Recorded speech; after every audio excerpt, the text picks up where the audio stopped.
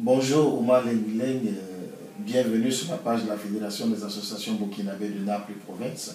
Vous n'êtes plus à présenter. Nous sommes à vous aujourd'hui pour parler du renouvellement des permis de séjour. Les immigrés qui ont des permis pour motifs humanitaires et motifs subsidiaires. Nous avons comme l'impression que les choses ont changé, mais beaucoup manquent d'informations. Excusez-moi tout d'abord, j'ai un chat dans la gorge, c'est dû au fait que nous avons trop parlé les jours qui ont suivi, donc je m'en excuse d'abord pour la voix. Ouma Lengleng, à vous. Merci pour cette interview et surtout pour le travail d'information que vous êtes en train de mener pour ce qui regarde la communauté burkinabé et la famille africaine en général. Je me présente, je m'appelle Omar Lengleng, ça parle beaucoup bizarre. Et je travaille au bureau des immigrés du projet SPRAR de la commune de Napoli, qui est à Piazza Santa Maria. Beaucoup me connaissent.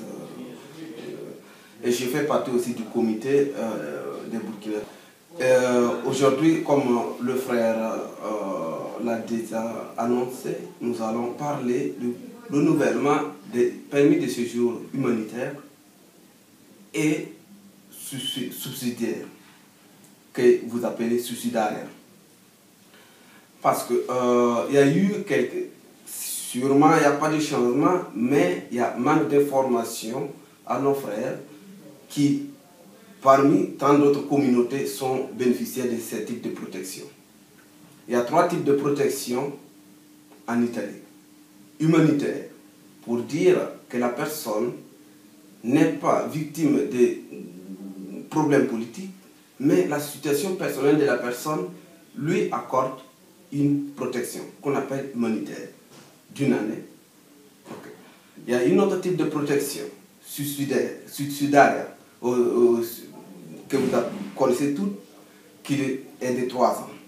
Et cette protection est donnée aux personnes qui, par reconnaissance de l'État italien, voient que l'état individuel de la personne n'est pas aussi important, mais la situation générale de son pays, prenons un exemple, le Mali actuellement, tu peux ne pas avoir une histoire politique, mais l'état général du pays ne te permet pas de retourner. Comme la Somalie, que nous connaissons tous, et l'état italien te donne un type de protection qui est la protection subsidiaire que dure de 3 ans. Alors, et la protection, comme protection internationale reconnue par le HCR, et qui a la protection internationale comme réfugié politique, pour ceux qui ont mené des activités politiques et reconnues par la commission territoriale. Alors, notre problème n'est pas à ce niveau. Notre problème est comment nos frères qui ont ces documents peuvent les renouveler. Avant, les choses étaient faciles. Mais de jour en jour, ça se complique. Et nous avons trouvé, à travers le frère qui est en train de travailler vraiment, d'informer, de former nos frères, de donner au moins quelques indications pour les aider à se préparer, que ce soit matériellement et moralement, psychologiquement, pour affronter les réalités du terrain. C'est-à-dire, pour quelqu'un qui a le permis de séjour humanitaire, ce n'est pas dit officiellement qu'il a besoin de contrat pour le renouveler, mais ça nécessite quelques interrogations. C'est-à-dire, la Questura, le ministère, il y a 2 ans de cela, avait donné le feu vert de donner ceux qui ont aussi, que ce soit une année, que ce soit 3 ans, de les renouveler sans aucun contrat de travail. Mais pour dire honnêtement, qui a un permis de séjour humanitaire, suicidaire, de façon voilée, a besoin de contrat de travail pour le renouveler? Parce que beaucoup de nos frères ont le contrat de travail. Mais ils ne veulent pas le renouveler parce qu'ils ont peur de perdre la protection humanitaire. La protection humanitaire, c'est ce qu'on appelle, c'est un truc provisoire. C'est une protection provisoire qui te permet de t'intégrer, de trouver du travail et de changer si possible. Donc en fait, si je comprends bien, l'État se demande, mais si vous avez ce type de permis de séjour, qu'est-ce que vous en faites? Okay. Donc l'État doit savoir si vous êtes en train de travailler. Voilà, on t'a donné ce type de protection pour que, par, je ne peux travirguler, mention pitié, en quelque sorte. Pour dire la situation de la personne nécessite qu'on l'aide. Qu'on l'aide. On l'aide dans quel sens? Dans le sens de s'intégrer et de trouver un travail et sortir de cette misère ou de la situation de quoi il souffre. D'où le contrat de travail aujourd'hui. Alors, pour dire aujourd'hui, si vous partez à la Questura, ils ne vous disent pas d'amener le contrat.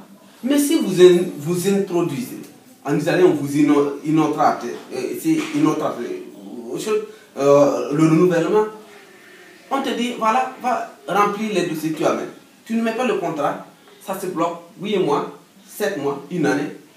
Quand tu pars, on dit, et actuellement, c'est pas la faute de la Questura, c'est le gouvernement qui a émané une loi disant ceux qui ont la protection suicidaire ou humanitaire doivent démontrer un parcours d'intégration. Un parcours d'intégration, c'est-à-dire la personne, avant, ils ont renouvelé une fois, 2 fois, mais qu'est-ce que la personne fait comme effort pour s'intégrer et pour refaire sa vie? Alors, c'est pour dire simplement, si vous vivez en Italie, vous avez une protection humanitaire, vous devrez au moins démontrer que vous avez trouvé un travail. Soit vous suivez une formation, soit vous faites l'effort de vous intégrer, mais c'est compte tenu de la crise que vous n'avez pas quelque chose entre les mains. Donc si je comprends bien, quelqu'un qui a ce type de permis de séjour, si vous n'avez pas de contrat de travail, néanmoins, allez-y suivre des cours, allez-y vous former. C'est pour dire, pour quelqu'un qui, par malheur, n'a pas de contrat de travail pour demander le renouvellement, doit, la Questura, après tant de mois de blocage,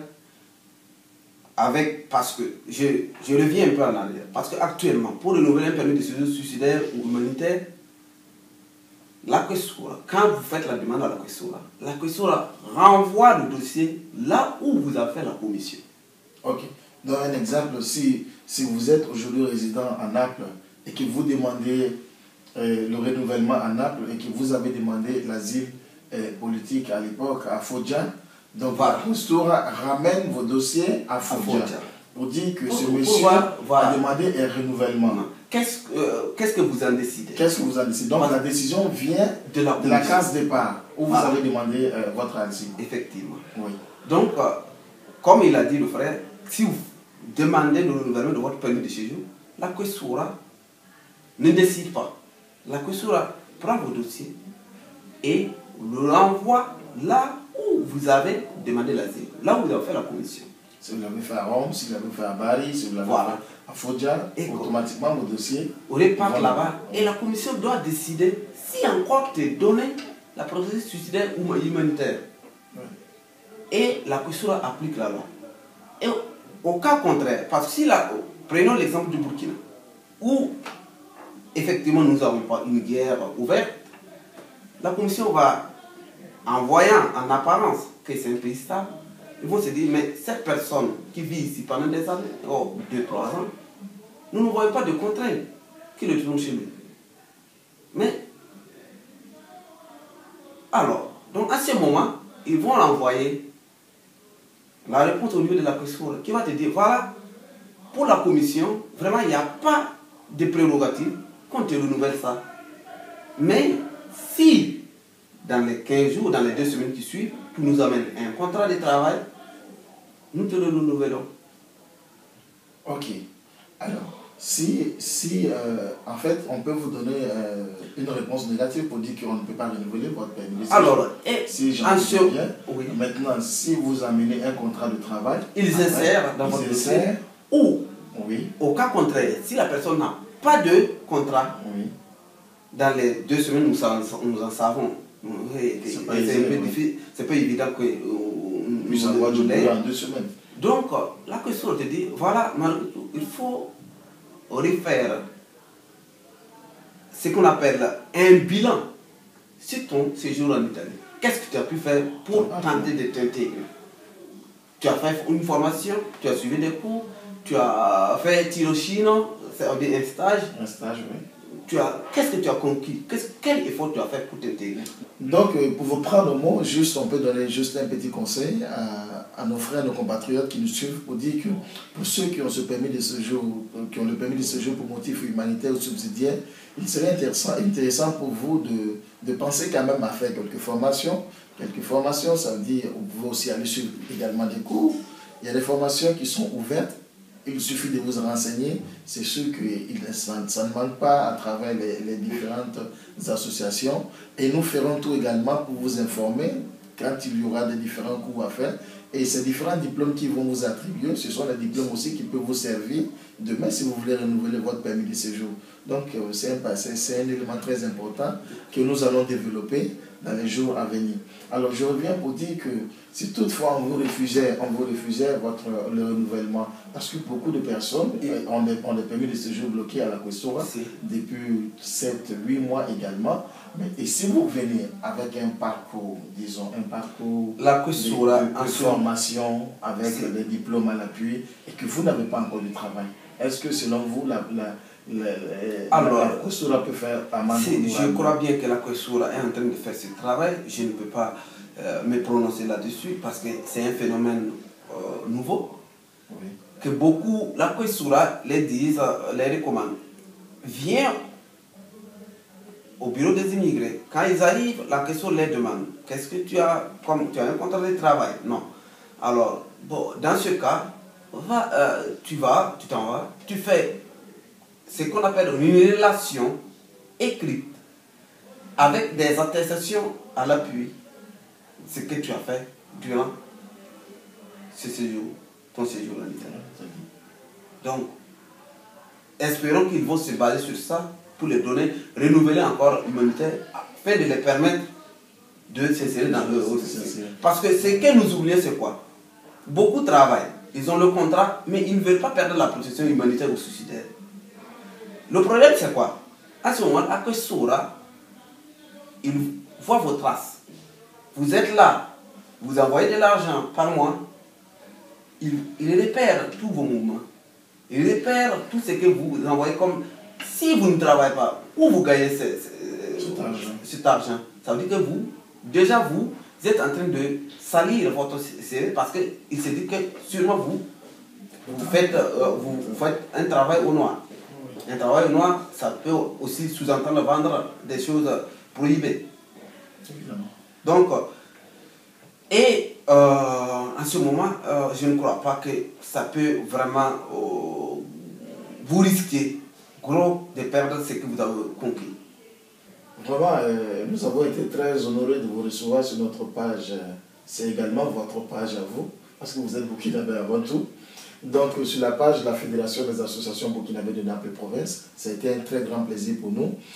Et je tiens à dire que certainement, on va se retrouver pour la prochaine fois pour parler un peu plus d'autres détails, surtout sur la résidence, pour ceux qui veulent toujours renouveler les permis de séjour, parce que c'est un facteur également très important qu'il va falloir développer. Qui a vraiment changé. Qui a vraiment changé également. Donc, vous allez faire un peu d'espace dans votre temps pour pouvoir informer la communauté burkinabé et autres immigrés qui feront un tour sur la page de la fédération.